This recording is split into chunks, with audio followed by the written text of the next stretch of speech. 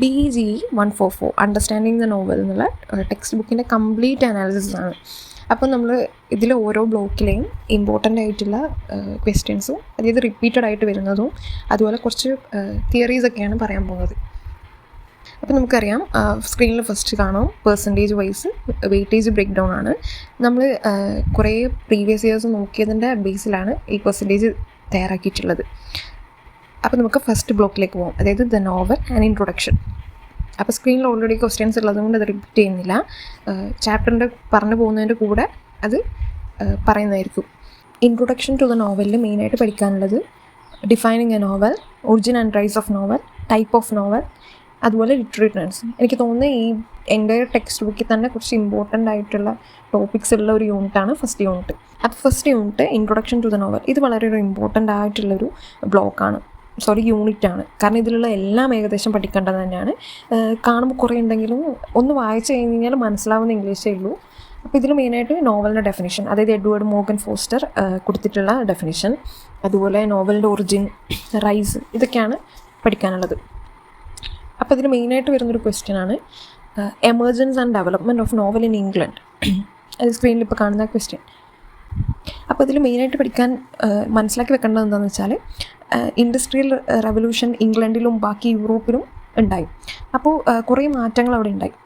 അപ്പം അതൊക്കെയാണ് നോവലിനെ അവിടെ ഡെവലപ്പ് ചെയ്യാനുള്ള കാരണം ഉണ്ടായത്. അതായത് ഒന്നാമത്തെ കാരണം എന്ന് പറഞ്ഞു കഴിഞ്ഞാൽ, ഇൻഡസ്ട്രിയൽ റെവല്യൂഷൻ മൂലം ലേഷർ ടൈം, അതായത് വെറുതെ ഇരിക്കാനുള്ള സമയം ആളുകളുടെ ഇടയിൽ കൂടുതലായി. അപ്പം അത് അവർ ചെലവഴിച്ചത് റീഡിങ്ങും റൈറ്റിങ്ങും വഴിയാണ്. പിന്നെ ഉണ്ടായിരുന്നത് മിഡിൽ ക്ലാസ്സിൻ്റെ ഗ്രോത്ത്, അതുപോലെ പ്രിൻറ്റിങ് ടെക്നോളജിയിൽ വലിയ ഇമ്പ്രൂവ്മെൻ്റ് ഉണ്ടായി. അതുപോലെ ബുക്ക് ക്ലബ്ബും ലൈബ്രറീസും വളരെ പോപ്പുലറായി. ഒരു സ്റ്റേബിൾ സോഷ്യൽ പൊളിറ്റിക്കൽ കണ്ടീഷനായി. അതായത് സ്റ്റേബിളായ ഒരു കണ്ടീഷൻ വന്നപ്പോൾ ആൾക്കാർ എൻ്റർടൈൻമെൻറ്റ്, അതായത് ലിറ്ററേച്ചറിലേക്ക് വന്നു. ടൈം സ്പെൻഡ് ചെയ്യാൻ ബുക്സും നോവൽസും ഒക്കെ റീഡ് ചെയ്തു.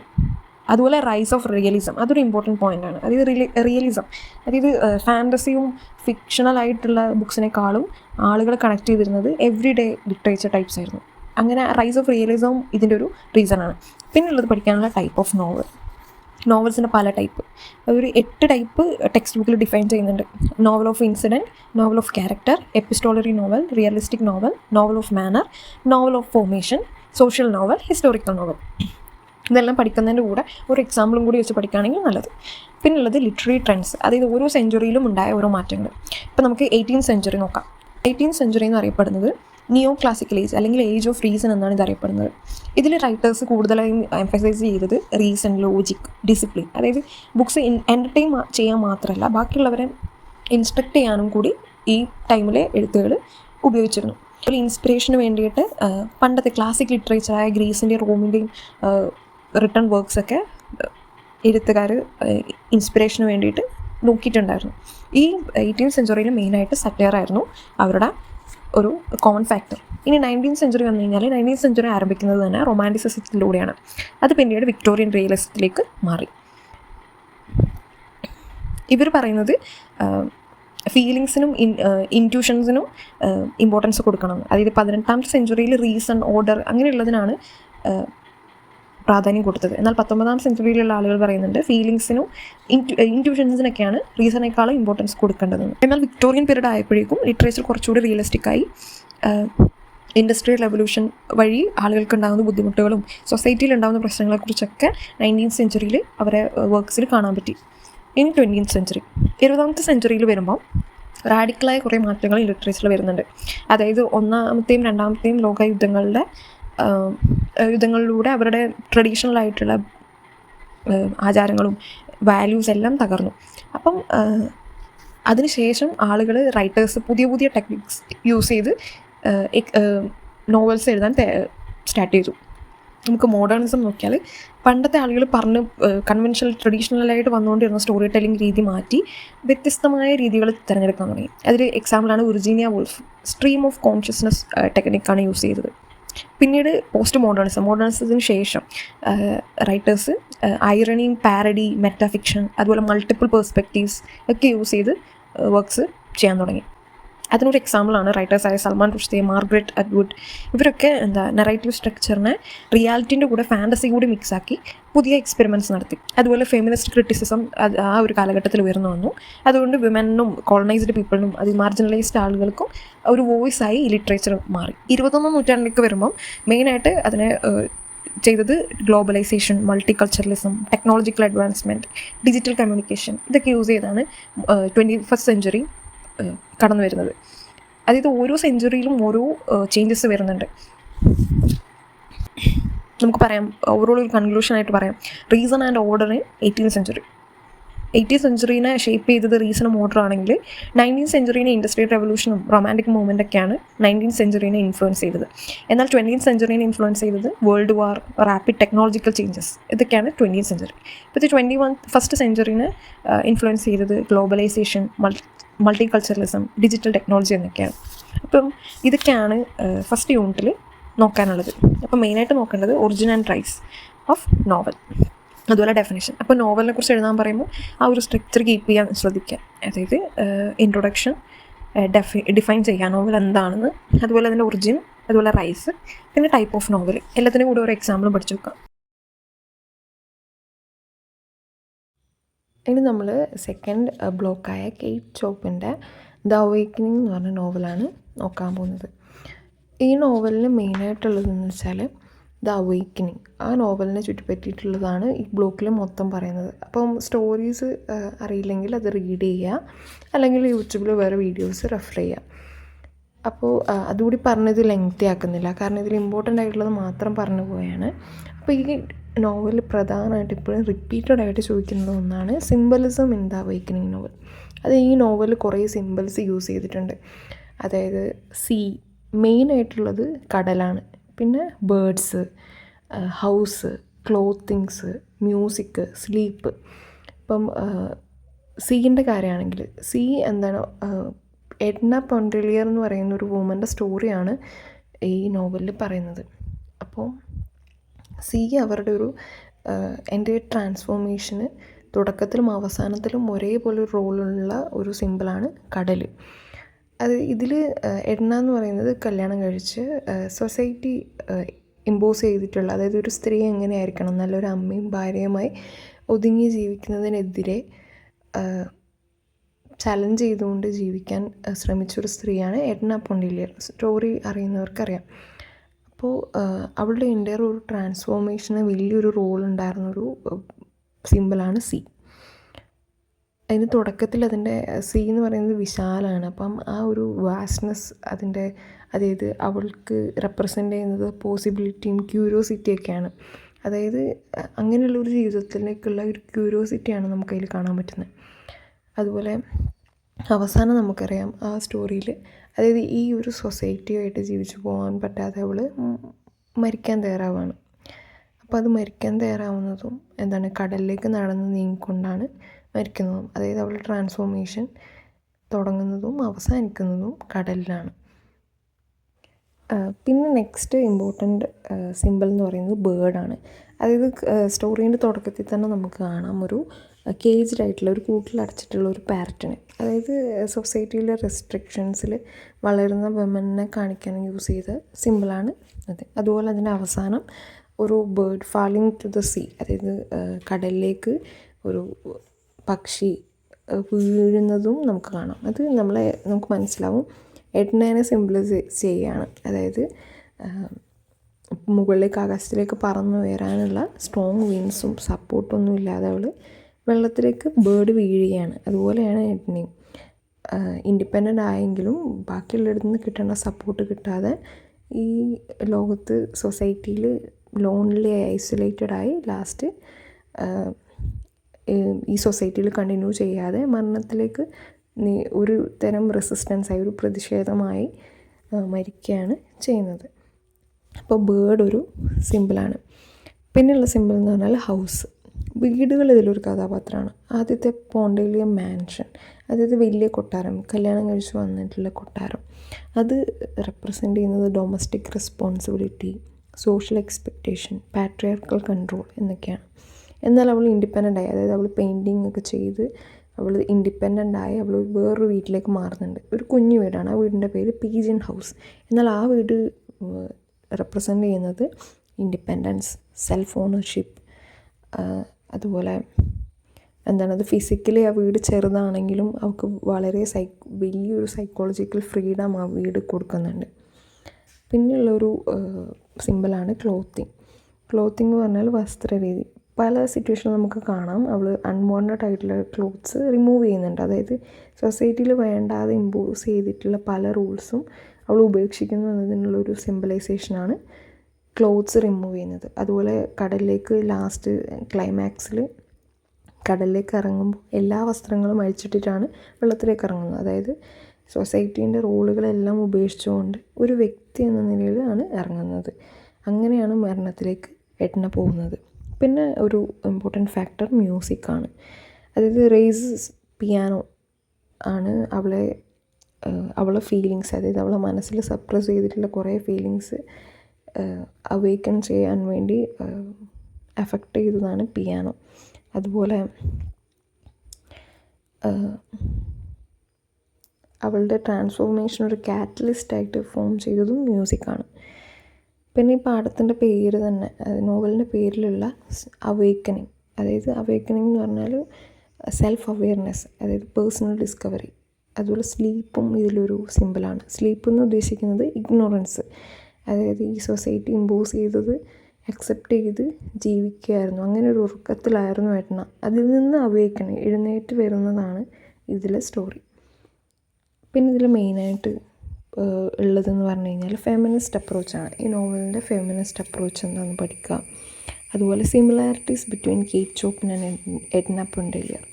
അതായത് പല ക്രിട്ടിക്സും ഈ നോവലിനെ കേറ്റ് ചോപ്പിൻ്റെ, അതായത് ഇതിലെ എഴുത്തുകാരിയുടെ ഓട്ടോബയോഗ്രഫിയാണെന്ന് പറയുന്നുണ്ട്. എന്നാൽ അങ്ങനെയല്ല, പക്ഷേ നമുക്കതിൽ കുറേ സിമിലാരിറ്റീസ് കാണാൻ പറ്റും. എന്തൊക്കെയാണെന്ന് വെച്ചാൽ കേറ്റ് ചോപ്പിൻ ഹസ്ബൻഡിൻ്റെ മരണത്തിന് ശേഷം കുട്ടികളുടെ കൂടെ വീട്ടിൽ തന്നെ സൊസൈറ്റി കാണുന്ന പോലെ വീട്ടിൽ ചിലവഴിക്കുകയല്ല ചെയ്തത്. കേറ്റ് ചോപ്പിൻ്റേതായ ഐഡൻറ്റിറ്റിയായ പാഷനായ റൈറ്റിങ്സിലൂടെ ഒരു ജീവിതം മുമ്പോട്ട് കൊണ്ടുപോവുകയാണ് ചെയ്തത്. അതായത് കേറ്റ് ചോപ്പിനും എഡ്ന പൊണ്ടേലിയറിനും സിമിലാരിറ്റീസ് ആയിട്ടുള്ളത് അവരുടെ പേഴ്സണൽ ഇൻഡിപെൻഡൻസിനുള്ള ആഗ്രഹമാണ്, ഡിസയർ ഫോർ പേഴ്സണൽ ഇൻഡിപെൻഡൻസ്. അതുപോലെ rejection of traditional gender roles, അതായത് ജെൻഡർ ബേസ്ഡ് ആയിട്ട് സൊസൈറ്റി ഇമ്പോസ് ചെയ്യുന്ന റോൾസിനെതിരെ അതുപോലെ ചലഞ്ച് ചെയ്യാനും അത് റിജക്റ്റ് ചെയ്യാനുമുള്ള അവരെ, അതുപോലെ interest in artistic expression. Kate Chopin റൈറ്റിങ്സിലൂടെ എക്സ്പ്രസ് ചെയ്യുന്നുണ്ടെങ്കിൽ എഡ്ന പൊണ്ടേലിയർ പെയിൻറ്റിങ്സിലൂടെയാണ് എക്സ്പ്രസ് ചെയ്യുന്നത്. അതുപോലെ relationship to society, feeling different from others, മറ്റുള്ളവർ സൊസൈറ്റിനെ കാണുന്ന പോലെ അല്ലാതെ വേറൊരു രീതിയിൽ കാണുക. സെർച്ച് ഫോർ സെൽഫ്ഹുഡ്, സ്വന്തം ആഗ്രഹങ്ങൾക്കും അംബീഷൻസും സെർച്ച് ചെയ്ത് കണ്ടുപിടിക്കുക, അതിനുവേണ്ടി പ്രവർത്തിക്കുക, സ്വന്തമായ ഒരു ഐഡൻറ്റിറ്റി ഫോം ചെയ്യുക. ഇതൊക്കെയാണ് ഇവർ തമ്മിലുള്ള സിമിലാരിറ്റീസ്. അപ്പോൾ ഈ യൂണിറ്റിൽ മെയിനായിട്ട് അതാണ് റോൾ ഓഫ് സീ, അതുപോലെ സിഗ്നിഫിക്കൻസ് ഓഫ് എൻഡിങ്, അവസാനിപ്പിക്കുന്ന എൻഡിങ് നമ്മൾ പറഞ്ഞല്ലോ, അതിൻ്റെ significance, similarities between Kate Chopin and Edna Pontellier, പിന്നെ ഫെമിനിസ്റ്റ് അപ്രോച്ച്. ഇതൊക്കെയാണ് മെയിനായിട്ട് ഈ ചാപ്റ്ററിൽ നോക്കാനുള്ളത്. ഇനി നമുക്ക് നോക്കാനുള്ളത് തേർഡ് ബ്ലോക്ക്, ഗോപിനാഥ് മൊഹന്തിൻ്റെ പരാജ. ഓൾറെഡി പരാജൻ്റെ സ്റ്റോറീൻ്റെ വീഡിയോ ചെയ്തിട്ടുണ്ട്, അപ്പോൾ അത് കേൾക്കാത്തവർ പോയി കേൾക്കുക. അപ്പോൾ ഇതിൽ മെയിനായിട്ട് പഠിക്കാനുള്ളത് പരാജ സ്റ്റോറി ഡീറ്റെയിൽ ആയിട്ട് ടെക്സ്റ്റ് ബുക്കിൽ കൊടുത്തിട്ടുണ്ട്. അത് വായിക്കാൻ തോന്നുന്നവർ അത് വായിക്കുക, അല്ലാത്തവർ വീഡിയോ കണ്ട് ഐഡിയ മനസ്സിലാക്കുക. അപ്പോൾ ഇതിൽ മെയിനായിട്ടുള്ളത് എക്കണോമിക് പ്ലൈറ്റ് ഓഫ് ട്രൈബൽസ്, അതായത് ട്രൈബൽസ് അനുഭവിക്കുന്ന പ്രശ്നങ്ങൾ, അതായത് പോവേർട്ടി, ലാൻഡിനും അഗ്രികൾച്ചറിനും മറ്റുള്ളവരെ ഡിപ്പെൻഡ് ചെയ്യുന്നത്, അതുപോലെ മണി ലെൻഡേഴ്സിൻ്റെയും ലാൻഡ് ലോഡ്സിൻ്റെ എക്സ്പ്ലോയിറ്റേഷൻ, അതുപോലെ എഡ്യൂക്കേഷൻ്റെയും അവയർനെസ്സിൻ്റെയും കുറവ് മൂലമുണ്ടാകുന്ന പ്രശ്നങ്ങൾ, ഇതൊക്കെയാണ് മെയിനായിട്ട് നോക്കാനുള്ളത്. പിന്നുള്ളത് സബാൾട്ടേൺ വോയിസ്. ആ ഒരു കൺസെപ്റ്റ് ഇമ്പോർട്ടൻ്റ് ആണ്. സബാൾട്ടേൺ വോയിസ് എന്ന് പറഞ്ഞാൽ ഇൻഫീരിയർ റാങ്ക്, അതായത് താഴെത്തട്ടിലുള്ള ആളുകളെ പറയുന്നത് സബാൾട്ടേൺ വോയിസ്. അപ്പം പരാജ എന്ന നോവലിനെ സബാൾട്ടൺ ബോയ്സായിട്ട് കമ്പയർ ചെയ്താൽ എന്തൊക്കെ നമുക്ക് പറയാൻ പറ്റും എന്നാണ്. അതായത് അവരനുഭവിക്കുന്ന പ്രശ്നങ്ങൾ സെയിം സാധനം നേരത്തെ പറഞ്ഞത് തന്നെ. Economic exploitation, loss of land and freedom, resistance and human dignity, അങ്ങനെ. അതുപോലെ സുക്രുജാനി എന്ന് പറഞ്ഞാൽ ഇതിലെ പ്രധാന ക്യാരക്ടർ സ്കെച്ച്, അതായത് അദ്ദേഹത്തെക്കുറിച്ച് നമുക്ക് പറയാം ഹീസ് എ ലവിങ് ഫാദർ. അതുപോലെ hard working and honest man, ഇതൊക്കെ ഡീറ്റെയിൽ ആയിട്ട് എഴുതുക.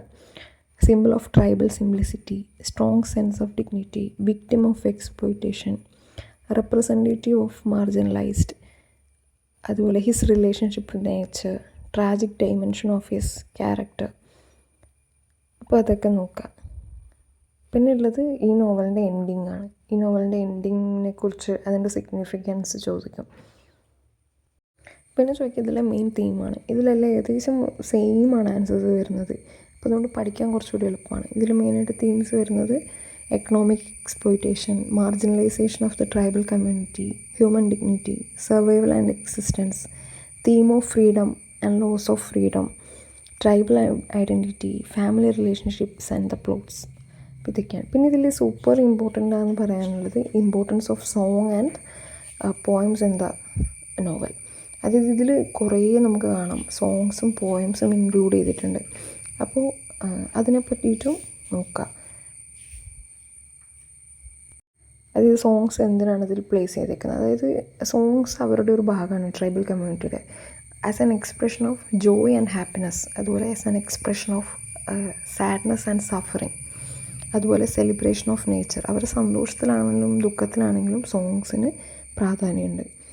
അതുപോലെ അവർ ഇമോഷണൽ ഔട്ട്ലെറ്റ്, അതായത് അവരുടെ വിഷമങ്ങൾ അവർ ബാക്കിയുള്ളവരെ അറിയിക്കുന്നതും അല്ലെങ്കിൽ ആശ്വാസം കണ്ടെത്തുന്നതും സോങ്സിലൂടെയാണ്. അതുപോലൊരു ഓറൽ ട്രഡീഷൻ, അതായത് അവരുടെ ആ ഒരു ആചാരവും ഇതും ട്രഡീഷനായിട്ട് കൈമാറി പ്രിസേർവ് ചെയ്യാൻ യൂസ് ചെയ്യുന്ന ഒരു ഫോമാണ് സോങ്സ്. അതുപോലെ നേച്ചറിനെ ഇൻക്ലൂഡ് ചെയ്തിട്ട്, അതായത് അവരുടെ സ്റ്റോറീസിൽ സോങ്സിൽ പല നേച്ചറിൽ എലമെൻസും കാണാം. Rain, forest, leaves, sunlight, rainbow, ഇതൊക്കെ നമുക്ക് ഇവരുടെ സോങ്സിൽ കാണാം. അപ്പോൾ അതും നോക്കാം. പിന്നെ ഇമ്പോർട്ടൻ്റ് ആയിട്ടുള്ളത് Indian cultural context of Paraja. പരാജയിലെ ഇന്ത്യൻ കോണ്ടെക്സ്റ്റ് എന്താണെന്ന്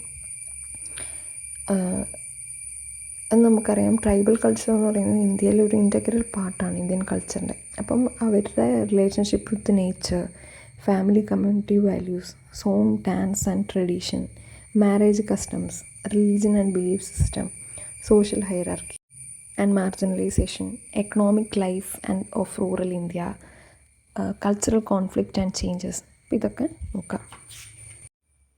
അപ്പോൾ ഇതൊക്കെയാണ് മെയിനായിട്ട് ഈ ബ്ലോക്കിലുള്ളത്. അതായത് importance of songs and poem, subaltern voice in Paraja, economic plight of tribals, Indian cultural context, Sukru Jani as a marginalised voice. അപ്പോൾ നമുക്കിപ്പോൾ നോക്കാനുള്ളത് ലാസ്റ്റ് ബ്ലോക്കാണ്, ചിനുവ അച്ചുബൻ്റെ തിങ്സ് ഫാൾ അപ്പാർട്ട്. അപ്പോൾ അതിൽ ഫസ്റ്റ് യൂണിറ്റിൽ മെയിനായിട്ടുള്ളത് ആഫ്രിക്ക അണ്ടർ കൊളോണൈസേഷൻ. അതിൽ 2 മോഡൽസാണ്. അതായത് യൂറോപ്യൻ ശക്തികൾ ആഫ്രിക്കനെ കോളനൈസേഷന് ഇതാക്കിയത് 2 മോഡൽസിലൂടെയാണ്, 2 വഴികളിലൂടെയാണ്. ഒന്നാമത്തത് ഇൻഡയറക്റ്റ് റൂൾ, അതായത് പുറമേ നിന്ന് ആഫ്രിക്കൻ ചീഫ്സ് അതിൽ ആളുകളെ യൂസ് ചെയ്ത് തന്നെ ആഫ്രിക്കയിലെ പല റീജിയൻസിൻ്റെ മേലും കൺട്രോൾ ചെയ്യാൻ യൂറോപ്യൻ പവേഴ്സ് ശ്രമിച്ചു. എക്സാമ്പിൾ നൈജീരിയ, ഗാന, കോങ്കോ, സെനഗൽ. ഇവിടെയൊക്കെ ഇതിൻ്റെയൊക്കെ മെയിൻ ഉദ്ദേശം എന്ന് പറഞ്ഞാൽ എക്സ്പ്ലോയിറ്റേഷൻ ഓഫ് നാച്ചുറൽ റിസോഴ്സസ്. അതായത് ഇവരുടെ അടുത്ത് നിന്ന് gold, diamond, rubber, palm oil, copper, cocoa, cotton എന്നിവയൊക്കെ എക്സ്ട്രാക്ട് ചെയ്യാൻ വേണ്ടിയിട്ട് ഇവരെ നേരിട്ട് കൺട്രോൾ ചെയ്യാതെ മറ്റുള്ള ആഫ്രിക്കൻ ചീഫ്സ് വഴി ആളുകളെ എക്സ്പ്ലോയിറ്റ് ചെയ്ത് അവർക്ക് വേണ്ടത് നേടിയെടുത്തു. പിന്നെയുള്ള മെത്തേഡ് എന്ന് പറഞ്ഞാൽ ഡയറക്റ്റ് മെത്തേഡ്. അതായത് ഒരു ലാർജ് നമ്പേഴ്സ് ഓഫ് യൂറോപ്യൻസ്, അതായത് ഒരു ഇതുമില്ലാതെ ഒരു കൂട്ടം യൂറോപ്യൻസ് മൈഗ്രേറ്റ് ചെയ്തു ആഫ്രിക്കൻ റീജിയൻസിൽ. എന്നിട്ട് അവരുടെ ലാൻഡ് കൈയടക്കി. അങ്ങനെ അവരവിടെ മൈനിങ് നടത്താനും അഗ്രികൾച്ചറിനും സെറ്റിൽമെൻറ്റിനും സ്ഥലങ്ങൾ അവർ ഏറ്റെടുത്തു. അപ്പം ആ സ്ഥലത്ത് താമസിച്ചിരുന്ന ആളുകൾ വേറെ പ്രദേശത്തേക്ക് മൈഗ്രേറ്റ് ചെയ്ത് പോകേണ്ടി വന്നു. അങ്ങനെ കുറച്ച് സ്ഥലങ്ങളിൽ കൺട്രോള് നേടിയെടുത്ത് അങ്ങനെ എൻ്റയർ ആഫ്രിക്ക അവരുടെ റീജിയൻ കോളനൈസേഷന് റിസൾട്ട് ചെയ്തു. അപ്പോൾ ഇതാണ് അതിൽ മെയിനായിട്ട് പഠിക്കാനുള്ളത്. അപ്പോൾ അത് എങ്ങനെയാണ് അവർ കോളനൈസേഷൻ ആഫ്രിക്കൻ മൈൻഡിൽ അത് ആക്കിയത് എന്നുള്ള വഴികൾ ടെക്സ്റ്റ് ബുക്കിൽ കൊടുത്തിട്ടുണ്ട്. അതായത് റിലീജിയൻ വഴി ക്രിസ്ത്യാനിറ്റീൻ്റെ വരവോടെ ആളുകളിൽ റിലീജിയൻ ഇൻഫ്ലുവൻസ് ഉണ്ടായി, ആളുകൾ ഭിന്നിപ്പുകളുണ്ടായി, കമ്മ്യൂണിറ്റീസ് ബ്രേക്കായി. അങ്ങനെ അവരുടെ തന്നെ കൾച്ചറിനോട് ഇൻഫീരിയറിറ്റി കോംപ്ലക്സ് ഉണ്ടായി. വെസ്റ്റേൺ എഡ്യൂക്കേഷനും അവരുടെ സിസ്റ്റമാണ് നല്ലതെന്ന് തോന്നി കുറേ ആളുകൾ അങ്ങനെ മാറി. ഇതാണ് മെയിനായിട്ട് ഇതിൻ്റെ ഇമ്പാക്റ്റ്. പിന്നുള്ളത് ചിനുവ അച്ചുബേൻ്റെ കാര്യത്തിൽ ആൻസിസ്റ്റർ വർഷിപ്പ്. അതായത് ചിനുവ അച്ചുബെ അദ്ദേഹത്തെ തന്നെ ആൻസിസ്റ്റർ വർഷിപ്പ് എന്നാണ് പറയാൻ കാരണം. അതെന്താണ്? അപ്പം നമുക്കത് കേൾക്കുമ്പം തോന്നും അദ്ദേഹം പണ്ടത്തെ ഇത് ബ്ലൈൻഡ്ലി എല്ലാം അക്സെപ്റ്റ് ചെയ്യുന്നതാണെന്ന്. പക്ഷേ അദ്ദേഹത്തിൻ്റെ അഭിപ്രായത്തിൽ പാസ്റ്റ് നമുക്ക് മറക്കാൻ പറ്റുന്ന കാര്യങ്ങളല്ല. അപ്പം അതിനൊരു ഫൗണ്ടേഷൻ, നമ്മൾക്കൊരു ഫൗണ്ടേഷൻ ഉണ്ടായത് പാസ്റ്റ് മൂലമാണ്. അപ്പം നല്ലത് സ്വീകരിച്ച് മോശം കളഞ്ഞ് തിരഞ്ഞെടുക്കുക എന്നുള്ളതാണ് അദ്ദേഹത്തിൻ്റെത്. അദ്ദേഹമാണ് father of modern African literature അറിയപ്പെടുന്നത്. അപ്പം അതിനെക്കുറിച്ച് പഠിക്കുക. എന്തുകൊണ്ടാണ് അദ്ദേഹത്തെ ആൻസസ്റ്റർ വർഷിപ്പ് എന്ന് വിളിക്കുന്നത് എന്നുള്ളത്. പിന്നെ അതിൽ പഠിക്കാനുള്ളത് തിങ്സ് ഫാൾ അപ്പാർട്ടിൽ കൊളോണൈസേഷൻ്റെ ഇമ്പാക്റ്റ് എത്രത്തോളമാണെന്ന് തിങ്സ് ഫാൾസ് അപ്പാർട്ടിൻ്റെ വെളിച്ചത്തിൽ എഴുതാൻ വേണ്ടി. അതായത് introduction of new religion, conversion of marginalised individuals, weakening of indigenous faith, challenging to sacred institutions, division within families. അതായത് കൊളോണൈസേഷൻ മൂലം റിലീജിയൻ ഇൻഫ്ലുവൻസ് ചെയ്ത് കുറേ ആളുകൾ തിങ്സ് ഫാൾ അപ്പാർട്ടിൽ നോവേൻ്റെ മകൻ നോയി കൺവേർട്ട് ആവുന്നു. അതുപോലെ പുതിയ തലമുറയിലും പഴയ തലമുറയിലെ ആളുകൾ തമ്മിൽ കോൺഫ്ലിക്റ്റ് ഉണ്ടാവുന്നു. പുതിയ തലമുറയിലെ ആളുകൾ പറയുന്നു ന്യൂ റിലീജിയനാണ് നല്ലത്. അതേസമയം പഴയ തലമുറയിലെ ആളുകൾ പറയുന്നു അവരുടെ പഴയ ട്രഡീഷണൽ കൾച്ചറാണ് നല്ലത്. അങ്ങനെ കോൺഫ്ലിക്റ്റ് ഉണ്ടാവുന്നു. Establishment of colonial government, destruction of traditional justice, new opportunities and new dependencies, changing social values, colonization of the mind, loss of cultural confidence. പിന്നുള്ളത് Okonkwo as a tragic hero. നമുക്ക് അരിസ്റ്റോട്ടലിൻ്റെ tragic hero definition use ചെയ്ത് ഇതിന് answer ചെയ്യാം. അപ്പോൾ അതിൽ include ചെയ്യേണ്ട rise from humble origins, leadership and social status, death of Ikemefuna, violence within family, exile from Umuofia, arrival of colonialism, inability to adapt, the killing of messenger, suicide and defeat. അപ്പോൾ നമുക്കറിയാം Umuofia എന്ന് പറയുന്ന region social rank വെച്ചോ അല്ലെങ്കിൽ പേരൻസിൻ്റെ status മൂലമല്ല ആളുകളെ define ചെയ്യുന്നത്. അവർ respect ചെയ്യുന്നത് physical strength മൂലമാണ്. അങ്ങനെ വളരെ അവരെ റീജിയനിൽ തന്നെ വളരെ പ്രൗഡായിട്ടുള്ള റെസ്പെക്റ്റ് നേടിയ ഒരാളാണ് ഒക്കോങ്കോ. എന്നാൽ അദ്ദേഹത്തിൻ്റെ തന്നെ എക്സസീവ് പ്രൈഡും വീക്ക്നെസ്സും മൂലം അദ്ദേഹം ഒരു ട്രാജിക് ഹീറോ ആയിട്ട് മാറുന്നു. അപ്പം അതും നോക്കാം. പിന്നെ അതിൽ മെയിനായിട്ടുള്ളത് things fall apart as A post colonial text. നമ്മൾ പറഞ്ഞു പോസ്റ്റ് കൊളോണിയൽ നോവൽ എന്ന് പറഞ്ഞു കഴിഞ്ഞാൽ കൊളോണൈസേഷൻ്റെ ഇമ്പാക്റ്റ് ചിത്രീകരിക്കുന്ന വർക്ക്സിനെയാണ് പോസ്റ്റ് കൊളോണിയൽ വർക്ക്സ്. അപ്പോൾ തിങ്സ് ഫാൾ അപ്പാർട്ടിനെ പോസ്റ്റ് കൊളോണിയൽ ടെക്സ്റ്റായിട്ട് നമുക്ക് കാണാൻ പറ്റുമോ എന്നാണ് ചോദിക്കുന്നത്. പറ്റും, കാരണം representation of a complex society, celebration of indigenous tradition, correcting European misinterpretations, humanising African characters, arrival of Christianity, break down of social unity, identity crisis, resistance to colonial authority, അതുപോലെ use of African language and oral traditions. പിന്നെ ഇതിലുള്ളത് important ആയിട്ടുള്ളത് things fall apart as specific and universal. പിന്നെ മാൻ woman relationships, ഇതൊക്കെയാണ് മെയിനായിട്ട് നോക്കാനുള്ളത്. മാൻ woman റിലേഷൻഷിപ്പിൽ Igbo സൊസൈറ്റീൻ്റെ patriarchal nature, അതായത് ഒക്കോൺവോൻ്റെ role വെച്ച് തന്നെ നമുക്ക് പറയാൻ പറ്റും. മെയിൽസിന് ഒരു പവർ കൊടുക്കുന്ന ഒരു കമ്മ്യൂണിറ്റിയാണ് ഇഗ്ബോ സൊസൈറ്റി. അതുപോലെ എന്നാൽ വിമൻസിനും വേണ്ട പ്രാധാന്യം മറ്റ് സൊസൈറ്റീനെ വെച്ച് നോക്കുമ്പോൾ കൊടുക്കുന്നുണ്ട്. അപ്പോൾ അതിൻ്റെ ബേസിൽ സ്റ്റോറി നന്നായിട്ട് അറിഞ്ഞു കഴിഞ്ഞാൽ നന്നായിട്ട് എഴുതാൻ പറ്റും. അപ്പോൾ അത് നന്നായിട്ട് നോക്കാം. അപ്പോൾ ഇതൊക്കെയാണ് മെയിനായിട്ട് അതിൽ വരുന്ന ക്വസ്റ്റ്യൻ. പിന്നുള്ളത് impact of colonialism on the close knit Igbo society, അതായത് ഒരുമിച്ച് കൂട്ടായ്മയോട് നിന്ന് സൊസൈറ്റിക്ക് കൊളോണിയലിസം വഴി എന്തൊക്കെ സംഭവിച്ചു എന്നുള്ളതാണ്. പിന്നെ what makes Okonkwo stand out as a leader in the beginning of the novel, അതിൻ്റെ തുടക്കത്തിൽ എന്തൊക്കെ കാര്യങ്ങൾ കൊണ്ടാണ് നോവേനെ ഒരു ലീഡറായിട്ട് കണ്ടത്. അതിൻ്റെ മെയിൻ 1-2 ഇത് പറയാം. ഒന്ന്, അവരുടെ നാട്ടിൽ വലിയ റിസലറായിട്ടുള്ള അമാലൻസ് ദ ക്യാറ്റ് എന്ന് പറയുന്ന ആളെ റെസിൽ ചെയ്ത് ഒക്നോവ തോൽപ്പിച്ചു. അപ്പോൾ നമുക്കറിയാം സൊസൈറ്റി ഫിസിക്കൽ സ്ട്രെങ്ത്തിൻ്റെ ബേസിലാണ് ആളുകൾക്ക് റെസ്പെക്റ്റ് കൊടുക്കുന്നത്. അപ്പോൾ 7 വർഷമായി തുടർച്ചയായി ആർക്കും തോൽപ്പിക്കാൻ പറ്റാത്തൊരു റെസ്ലറിനെ തോൽപ്പിച്ചു. അതുപോലെ ഫാദറിനെ വെച്ച് കമ്പയർ ചെയ്യുമ്പോൾ സ്വന്തം ഹാർഡ് വർക്കിലൂടെയാണ് ഒക്നോവ അദ്ദേഹത്തിന് ഉണ്ടായിരുന്ന പ്രശസ്തിക്കും എല്ലാത്തിനും കാരണം അദ്ദേഹത്തിൻ്റെ കഴിവാണ്. അപ്പോൾ അതുപോലെ ഫിയർലെസ്നെസ് ഇൻ പബ്ലിക് ലൈഫ്, അതായത് പുറമെ പബ്ലിക്കിൽ എന്ത് കാര്യങ്ങൾക്ക് വേണ്ടി ഇടപെടാനാണെങ്കിലും സംസാരിക്കാനാണെങ്കിലും അദ്ദേഹത്തിന് ഒരു പേടിയുമില്ല. അതുപോലെ എല്ലാ ഇമ്പോർട്ടൻറ്റ് ഗ്യാതറിങ്സിനും അദ്ദേഹം ഒരു മെമ്പറാണ്. ആ സൊസൈറ്റിയിലുള്ള എല്ലാ ഇമ്പോർട്ടൻ്റ് ആയിട്ടുള്ള മീറ്റിങ്സിനും ഇമ്പോർട്ടൻ്റായ തീരുമാനങ്ങൾ എടുക്കേണ്ടതിലെല്ലാം അദ്ദേഹത്തിൻ്റെ അഭിപ്രായം ആളുകൾ തേടുന്നുണ്ട്. അതുപോലെ അദ്ദേഹത്തിൻ്റെ കുടുംബത്തിലും അദ്ദേഹത്തിന് റെസ്പെക്റ്റ് കിട്ടുന്നുണ്ട്, അദ്ദേഹത്തിൻ്റെ ക്ലാനിൽ ട്രൈബൽ ഇതിലും കിട്ടുന്നുണ്ട്.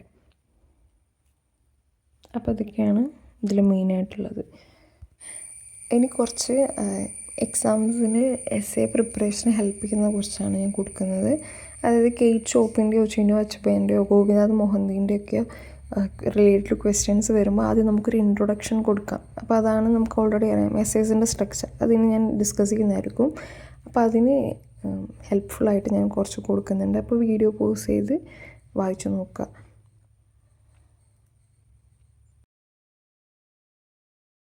ഓക്കെ, ഇനിയാണ് എസ്സേ റൈറ്റിംഗ് ടിപ്സ്. അതായത് ഒരു എസ്സേ എഴുതുമ്പോൾ ശ്രദ്ധിക്കേണ്ട കാര്യം, പലരും ക്വസ്റ്റ്യൻ കാണുമ്പോൾ നേരെ അങ്ങ് ഡയറക്റ്റ് അങ്ങ് എഴുതും. അപ്പോൾ അങ്ങനെയാണ് കുറേ പേർക്ക് നല്ല മാർക്സ് സ്കോർ ചെയ്യാൻ പറ്റാത്തത്. അപ്പോൾ കൃത്യമായൊരു സ്ട്രക്ചറോടെ ആണെങ്കിൽ നോക്കുന്നവർക്കും അവർക്കൊരു ഇമ്പ്രഷൻ ഉണ്ടാവും. അപ്പോൾ നമുക്ക് നീറ്റായിട്ട് വൃത്തിക്ക് എഴുതാൻ പറ്റും. ഇല്ലെങ്കിൽ ഒരു സ്റ്റാർട്ടിങ്ങിൽ എസ്സേ പോലെ അങ്ങ് എഴുതി പോവുകയാണെങ്കിൽ നമുക്ക് ഏതാ എഴുതാൻ വിട്ടുപോയതെന്ന് മനസ്സിലാവില്ല. അപ്പം ഓൾറെഡി അറിയാമല്ലോ, ഒരു എസ്സേൻ്റെ സ്റ്റാർട്ടിങ് ഇൻട്രൊഡക്ഷൻ ആയിരിക്കും. അതിനുശേഷം അതിൻ്റെ ഹിസ്റ്റോറിക്കൽ ബാക്ക്ഗ്രൗണ്ട്, അതിൻ്റെ ഒരു ബാക്ക്ഗ്രൗണ്ട് എഴുതുക. അതിനുശേഷം അതിൻ്റെ മെയിൻ തീംസ്, പിന്നെ ക്രിട്ടിക്കൽ ആണ്. ഇങ്ങനെ പറഞ്ഞു കഴിഞ്ഞാൽ കുറച്ച് കൺഫ്യൂഷൻ ആയിരിക്കും എന്നറിയാം. അപ്പോൾ ഞാനൊരു എക്സാമ്പിൾ കൊടുക്കാം. ഒരു എസ്സേൻ്റെ ഒരു ക്വസ്റ്റ്യൻ്റെ ആൻസർ ചെയ്യുന്നത് ഒരു എക്സാമ്പിളായിട്ട് കൊടുക്കാം. അപ്പോൾ അതൊന്ന് റീഡ് ചെയ്ത് നോക്കുക.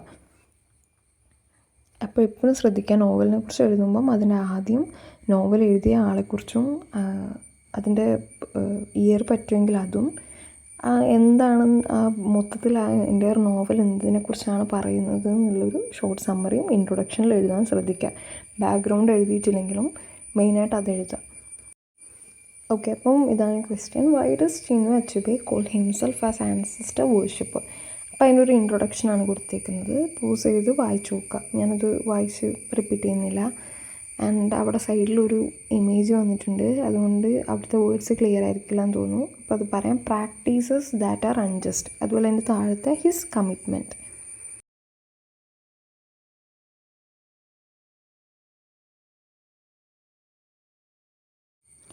നെക്സ്റ്റ് ബാക്ക്ഗ്രൗണ്ട് കൊടുത്തിട്ടുണ്ട്. പിന്നെ പോയിൻ്റായിട്ട്, അതായത് ആ ക്വസ്റ്റ്യനെ എക്സ്പ്ലെയിൻ ചെയ്യുന്നത് പോയിൻ്റ് വൈസ് ആണ്. അതായത് അച്ബേസ് റെസ്പെക്ട് ഫോർ ആഫ്രിക്കൻ കൾച്ചർ, അദ്ദേഹത്തിന് ആഫ്രിക്കൻ കൾച്ചറിനുള്ള റെസ്പെക്റ്റ് കൊണ്ടാണ് അദ്ദേഹത്തിനെ അങ്ങനെ വിളിക്കുന്നത്. അതൊരു പോയിൻ്റ്. അതിനെക്കുറിച്ച് കുറച്ച് സമ്മറി ആയിട്ട് കൊടുക്കുക. അല്ലാണ്ട് ഹെഡിങ്സ് മാത്രം എഴുതി പോകരുത്, സമ്മറി എഴുതാനും കൂടി ശ്രദ്ധിക്കുക. പിന്നെ വരുന്ന പോയിൻ്റ് എന്ന് പറഞ്ഞു കഴിഞ്ഞാൽ പ്രിസർവേഷൻ ഓഫ് ഓറൽ ട്രഡീഷൻ. ഇത് പ്രിസർവ് ചെയ്യാൻ വേണ്ടിയിട്ട് അദ്ദേഹം യൂസ് ചെയ്തൊരു ഫോം, അതുപോലെ respect for ancestors and elders. പിന്നെ കറക്റ്റിംഗ് കൊളോണിയൽ മിസ്ഇൻറ്റർപ്രിറ്റേഷൻ, അതായത് പൊതുവെ ആളുകൾ യൂറോപ്യൻസ് ആഫ്രിക്കനെ ഒരു അൺസിവിലൈസ്ഡ് ഇല്ലിറ്ററേറ്റ് ആയിട്ടാണ് കാണുന്നത്. എന്നാൽ അതിനെ തിരുത്തി എഴുതാൻ റീക്ലമേഷൻ ഓഫ് ആഫ്രിക്കൻ കൾച്ചർ, അതാണ് അദ്ദേഹം ഉദ്ദേശിക്കുന്നത്. No blind acceptance of tradition, cultural identity and pride. അപ്പോൾ ഇതൊക്കെ പോസ് ചെയ്ത് വായിച്ചു നോക്കുക. പിന്നെ കുറച്ച് എക്സാമ്പിൾസ് ആണ്, അതായത് തിങ്സ് ഫോൾ അപ്പാർട്ട് എന്ന് പറഞ്ഞ നോവലിനെ ബേസ് ചെയ്ത് കുറച്ച് എക്സാമ്പിൾസ് ആണ്, അതും റീഡ് ചെയ്യാം. പിന്നെ ഉള്ളത് ക്രിട്ടിക്കൽ അനാലിസിസ്. ഇതിൽ നിങ്ങളെ ഇവാലുവേഷൻ, അതായത് നിങ്ങൾക്ക് ഇതിൽ നിന്ന് മനസ്സിലായ ഒരു ചെറിയൊരു ഷോർട്ട് നോട്ട് പോലെ കൊടുക്കുക, ലാസ്റ്റ് കൺക്ലൂഡ് ചെയ്യുക. ഞങ്ങൾക്ക് എളുപ്പത്തിന് ഇതിൻ്റെ ഒരു ഫോമാറ്റ്, ഇതിൻ്റെ ഒരു ഫോമുല, എസ്സേ എഴുതാൻ കുറച്ച് ടിപ്പായിട്ട് ഞാനൊരു ഫോമുല ഷെയർ ചെയ്യുന്നതായിരിക്കും. അപ്പോൾ അത് നോക്കി കഴിയുമ്പോൾ കുറച്ചുകൂടി ക്ലിയർ ആവും. അപ്പോൾ നോക്കൂ, ടൈറ്റിൽ എഴുതുക, അതുപോലെ ഇൻട്രൊഡക്ഷൻ, ബാക്ക്ഗ്രൗണ്ട്, ഒരു 8 to 10 മെയിൻ ഹെഡിങ്സ്, അതായത് ഓരോ ഹെഡിങ്സിനും പാരഗ്രാഫായിട്ട് എഴുതാൻ ശ്രദ്ധിക്കുക. പിന്നെ ക്രിട്ടിക്കൽ അനാലിസിസ്, കൺക്ലൂഷൻ, എങ്ങനെയാണ് ഒരു എസ്സേ സ്റ്റാർട്ട് ചെയ്യേണ്ടതും എൻഡ് ചെയ്യേണ്ടതും, അപ്പോൾ ഇതും ശ്രദ്ധിക്കാം. അപ്പോൾ ഇത്രയൊക്കെയാണ് ഇന്ന് നമ്മൾ ഡിസ്കസ് ചെയ്തത്. എന്തെങ്കിലും ഡൗട്ട്സോ കാര്യങ്ങളോ ഉണ്ടെങ്കിൽ കമൻറ്റ് ചെയ്യുക, അല്ലെങ്കിൽ ഇൻസ്റ്റയിൽ DM ചെയ്യുക.